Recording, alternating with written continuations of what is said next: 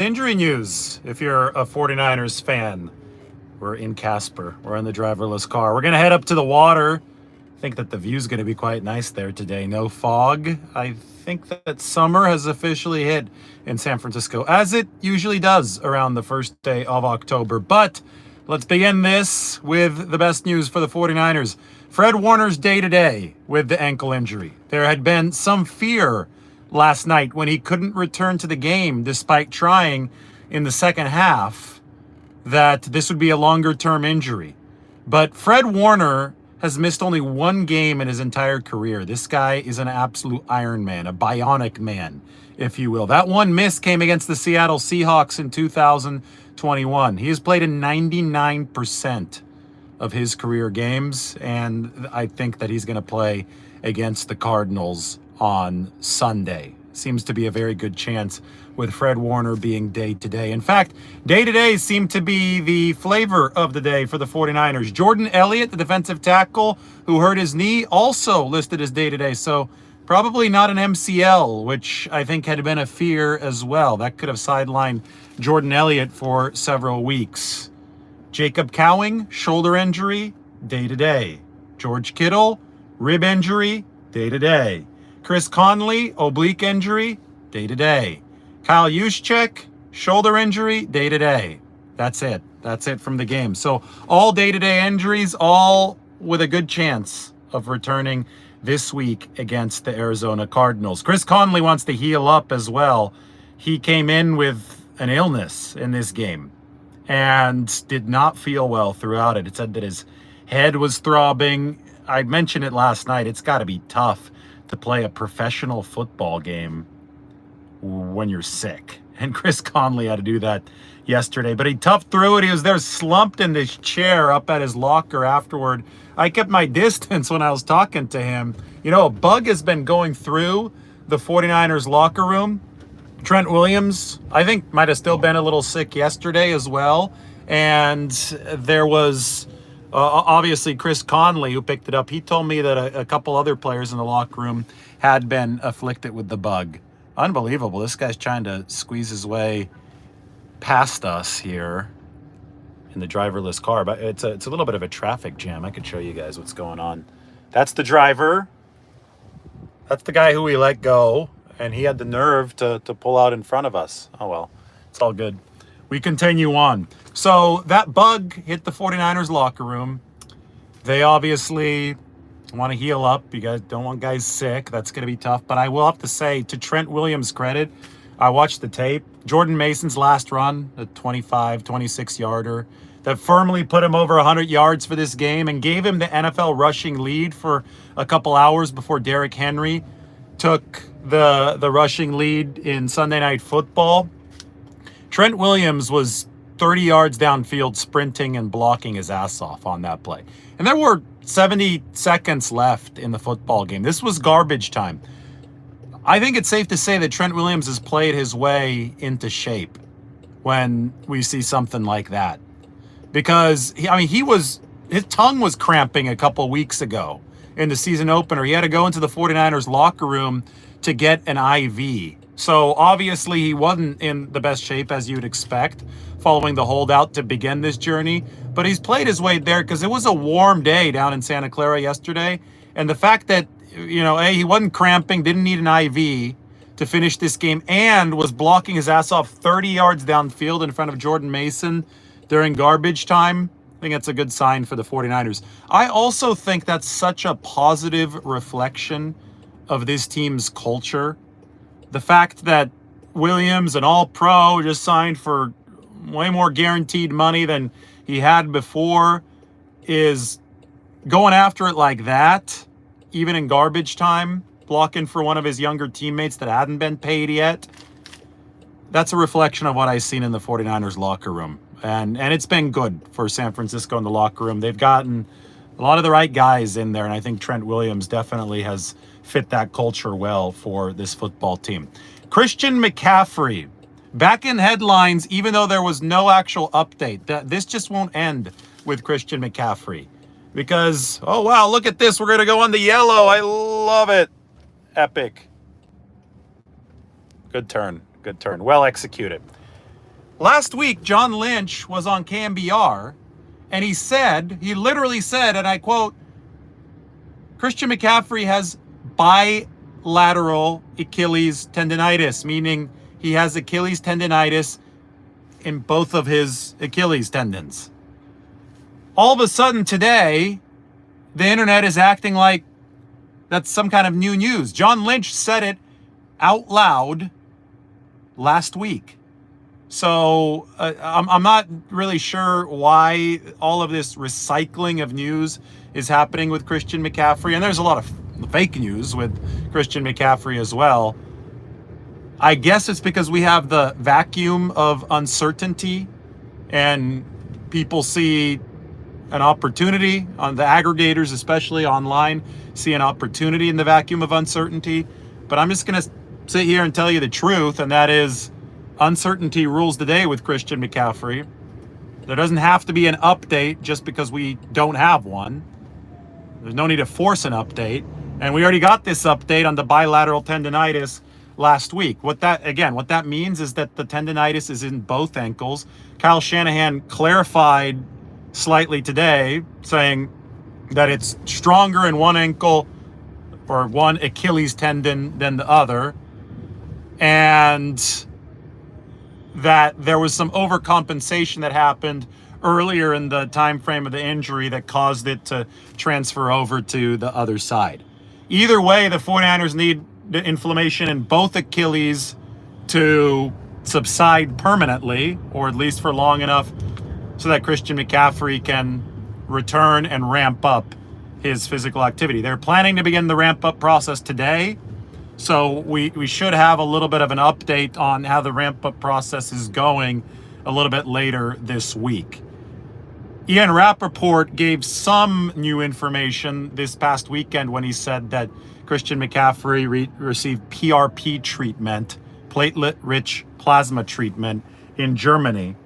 And supposedly the inflammation has gone down. Now it's a question of, can it stay down for the 49ers? Because that is necessary for Christian McCaffrey to ramp up his rehabilitation in this process. But this is not new news to the 49ers, and it's not new news to the public, the bilateral tendonitis. John Lynch literally said on KMBR last week that that was the case. So I don't know why we're pretending like this is something new. It's rather annoying to me as I document this kind of stuff, as you know, very, very diligently. Expected points added per play, divided by phase of the game. I like doing this because there are often arguments about which phase of the game was better for the 49ers or which phase of the game was most responsible for a loss. In this past game against the New England Patriots, the offense delivered positive 11.5 expected points. The defense delivered positive 24.2 expected points. That's a monstrous performance from the 49ers defense. And special teams was negative 16.3 expected points. That's one of the worst special team scores that I've ever seen in a game. And the Isaac Guerendo fumble definitely contributed to most of that. Kickoff return fumble in the 49ers own territory. So plus 11.5 for offense, plus 24.2 for defense, and minus 16.3 for special teams. That was the final scorecard for 49ers Patriots. If you guys want this scorecard every week from the driverless car, we can make it a tradition. Just let me know. You give me a thumbs up in the comment section or in the chat if you're watching this live right now. We're going to see City Hall here in just a couple minutes. I'll be able to turn the camera around when that does happen. Looking at the return from IR and return from NFI situation for San Francisco. This is good news too. Kalia Davis, the defensive tackle who is on the IR list, injured reserve with a knee injury, his practice window is very likely going to be opened this week. So we'll probably see Kalia Davis back out on that practice field on Wednesday. And here we can look at San Francisco City Hall. As I said, it's a gorgeous day. It's like 70 to 80 degrees here in the city. City Hall looking nice. And now we can flip it back around to talk about Ricky Pearsall, whose return from NFI, the non-football injury list window, might open this week, although Kyle Shanahan does not know for sure yet. The 49ers are going to make that decision a little bit later. Maybe they'll make it by Wednesday. That's when the team practices. So, Kalia Davis, you talk about good news along the interior defensive line. I think there's a 3-pack of good news. One, Javon Hargrave might be back this season. I think there's some optimism that he'll be back toward the tail end of this season. And if Brock Purdy continues playing as well as he's playing, the 49ers are true Super Bowl contenders. Defense just has to keep on stacking days. The offense can obviously still get better. I've got another piece coming up in the San Francisco Standard on that front for you here a little bit later today in our 49ers grades piece. You put all those things together and the 49ers should be in position to make a prolonged run this year. And maybe Javon Hargrave, who's one of the best interior pass rushers in the game, can be part of that prolonged run if he comes back from the torn triceps late in the season. So that's one good piece of good news for the 49ers defensive tackle room. The second piece of good news is that Jordan Elliott, Javon Hargrave's direct backup, who slid into that starting lineup yesterday, Jordan Elliott did not suffer a severe knee injury, and he's day-to-day. So the 49ers might even have Jordan Elliott back on Sunday against the Arizona Cardinals. And then you've got the third piece of good news, and that's Kalia Davis, who's going to be a big part of the Javon Hargrave replacement effort, should be seeing his practice window open this week. Kalia Davis has been compared by the 49ers to DJ Jones in the past.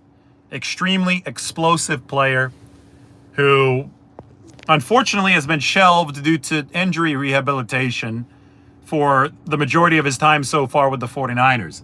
But if he can get back healthy and stay healthy, he's going to be an intriguing player to watch. You know, I always talk about how Kalia Davis was a stack linebacker to start his college career, like literally an inside linebacker, and now he's a defensive tackle. That's a position shift that you rarely see happen. So that's going to be one of the developments this week. Those of you just joining, all of the 49ers are day to day that are listed on the injury report coming out of this game. Fred Warner, day to day. That's great news, by the way, for the 49ers with his ankle sprain. Jordan Elliott, day to day with a knee injury. Jacob Cowing, day to day shoulder injury. George Kittle, day to day rib injury. Chris Conley, day to day with the oblique. Kyle Juszczyk, day to day with the shoulder. I would expect to see all of them back coming up this week for the 49ers. So with that being said, we're rolling up Van Ness, and I can open this up to questions before we get to the part of the ride where we go Prussian Hill, and then we're going to go down. You guys know the drill as we make our way up north in San Francisco on the driverless car. You guys know the drill. It is it's a scenic ride that we get on here as we go up the hill and then down toward Aquatic Park. So I could swim on this beautiful 80-degree day. Anyway, I'm ready to answer some 49ers questions. The article, by the way, should be up on the San Francisco Standard now, talking about the stylistic revolution that Brock Purdy is leading. So go ahead, sfstandard.com, click on the sports section, and you can check it out. I'm in the car right now, as you can see, so I'm not able to share the link manually with you. Maybe Mike can do it if he's sitting by his computer. 49er Brian is asking me who the 49ers should go after in free agency, and I refuse to answer that question. We're in week 4 of a season. Free agency is about as far away as possible from the current moment right now. Live in the now, and you're going to be much happier. Jason Hurley, say what's up to Jason Hurley, the cap expert, asks if Hassan Ridgeway is available. I believe so. I believe Hassan Ridgeway is still a free agent right now. Brian says, just asking. Yeah. So, well, I mean, maybe you're talking about in-season free agents, but when you say free agency, that normally means that you're talking about March. And sorry, I just can't, my brain cannot handle talking about next March when we're in this September. Last day of September before summer officially begins in San Francisco. You guys know that the warmest month of the year in the city of San Francisco is October. Fun fact for you. It has a lot to do with how hot it is in the Central Valley during the actual months of summer and how cold the Pacific Ocean is at all times of the year because the water comes down from Alaska. So when the cold air from the Pacific collides with the hot air coming in from the valley, it creates a lot of fog, which is why you get the Mark Twain quote, which might not have been a Mark Twain quote at all, but he still said the coldest winter I ever spent was a summer in San Francisco. Well, one of the most pleasant summers you'll ever spend is in October in San Francisco. It gets really, really nice here, as you can see right now. We're about to see the water. I can't wait to show you guys here in a few minutes. As soon as we make this extremely high-risk maneuver, we're trying to merge. I'm trying to see if this is going to be possible. See, this guy's in our way. Black tide transportation ahead of us. Nobody's letting this car change lanes. Okay, finally, we made it. Good. All right. The water is ahead of us in the distance, but still a little bit too far to have a nice view. I think we'll be turning on... I wonder if we'll be turning on Broadway. No, we'll probably be turning on Vallejo right after Broadway. Mike said, thoughts on Buster Posey? Yeah, Buster Posey is here to stay for the foreseeable future. He's the 49ers' new president of baseball operations. You know, John Lynch went from Hall of Fame playing career to executive role in the NFL.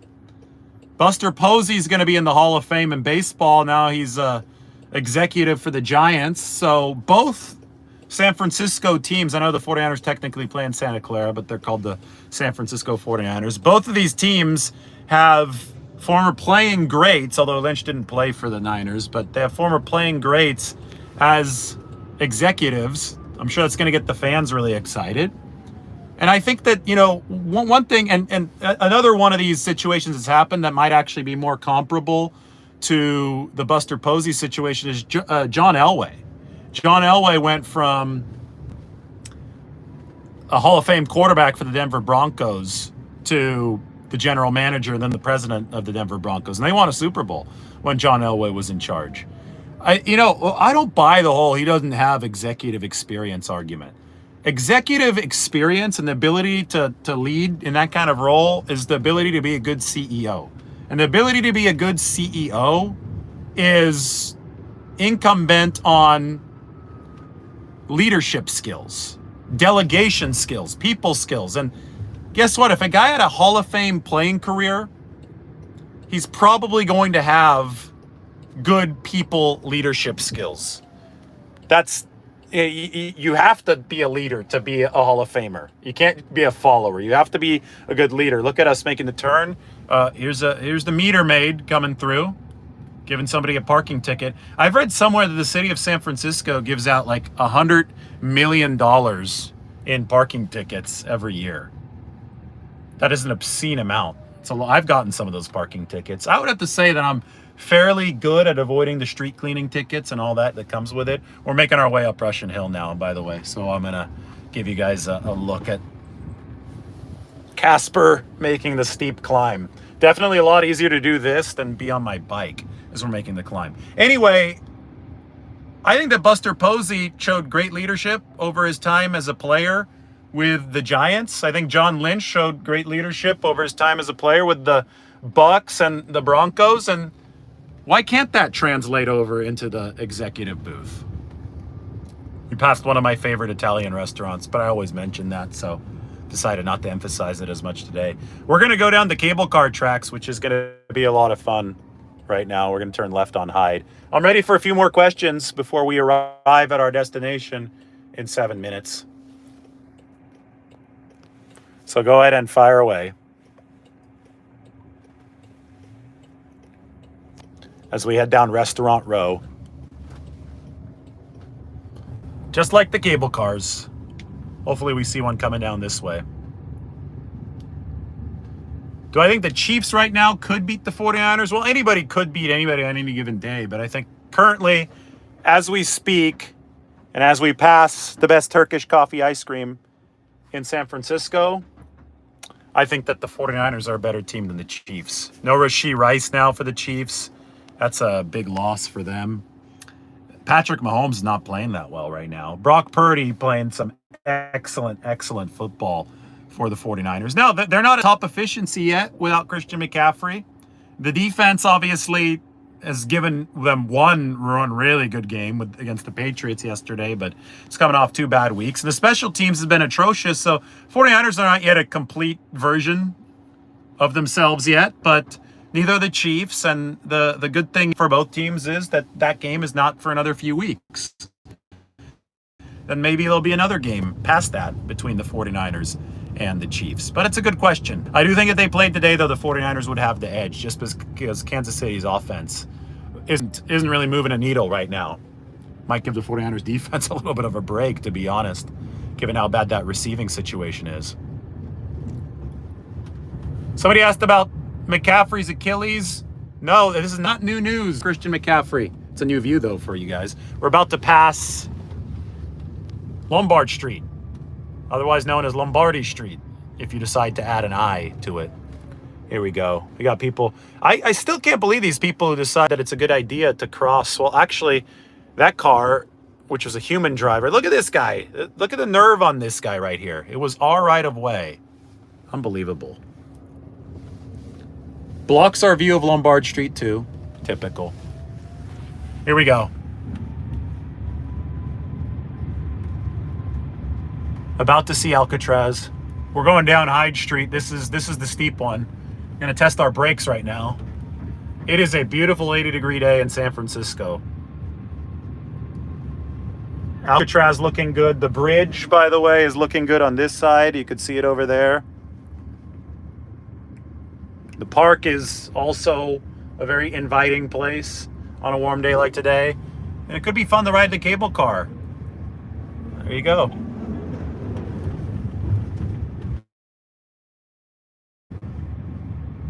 Fun times. We'll see if we get stuck in our usual spot up here.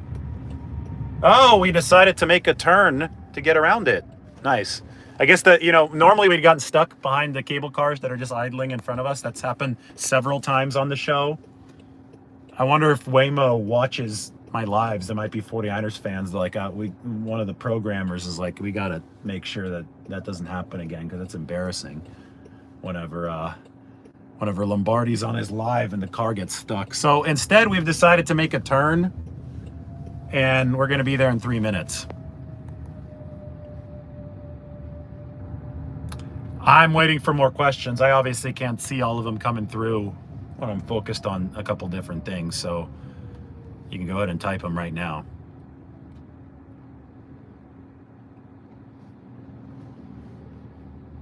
Hassan asked if the 49ers should use a spy against Mahomes. That's so situation specific. I can't answer something like that weeks before the 49ers even play the Chiefs. Those are questions that you answer when you're studying the tape of a game, and you study the tape before the actual game. You don't study it this far ahead of time.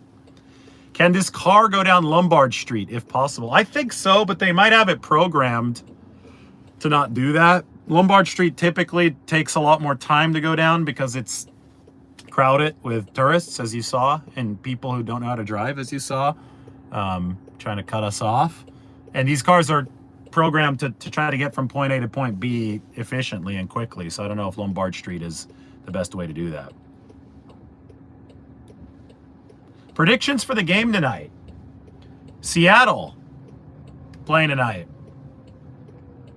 I'm really curious to watch the Seahawks. They've been playing good football so far. At least they've been playing winning football so far.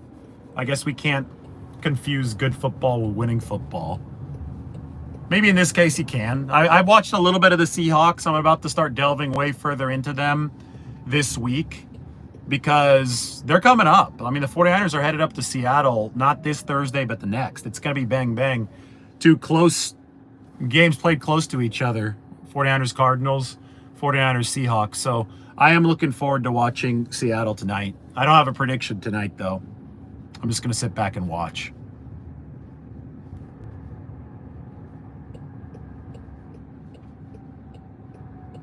Everybody seems to be talking about 49ers Chiefs. We need to be talking about 49ers Cardinals. One of the comments was Murray seems to be more of a drop back passer this year. He's got Marvin Harrison on his team. That helps. The Cardinals have had a decent offense. Hasn't been bad. I think that the main issue if this car is smart, we're going to let the cop on the motorcycle go first. And we did. And we also let the pedestrian go. Yeah, you're not... Waymo would not be doing itself any favors by cutting off police officers. So we're behind him now. As we approach the Dolphin Club, maybe we get a nice little view here. Almost there.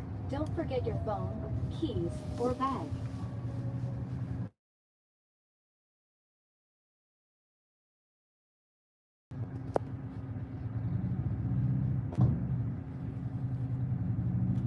You guys still with me? Yeah, I hope you're with me. Or did this freeze? Oh no.